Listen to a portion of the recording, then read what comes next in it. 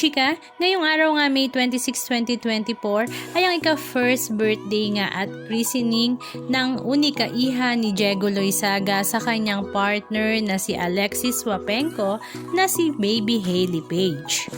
Star Wars nga ang birthday team ni Baby Hailey at ito nga ay dinaluhan ng mga malalapit na mga kaibigan ni Diego Loizaga sa loob at labas ng showbiz industry. At spotted nga doon ang mag-asawang Billy Crawford at Colleen Garcia kasama naman ang kanilang uniko iho na si Baby Amari.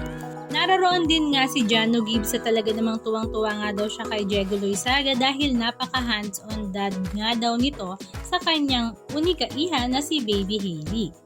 Pero marami nga sa mga netizens ang nagtatanong kung meron nga daw bang umattend sa pamilya ni Diego Loizaga sa binyagan at birthday ng kanyang unika iha dahil wala nga raw silang naspatan katulad ng mama nito na si Teresa Loizaga or kahit ang kanyang daddy na si Cesar Montano. Ganun pa man ay napakasaya naman ng kanilang birthday celebration para sa kanyang unika iha. Halika at panoorin natin ang ilan sa mga video clips ganap na kanilang ibinahagi.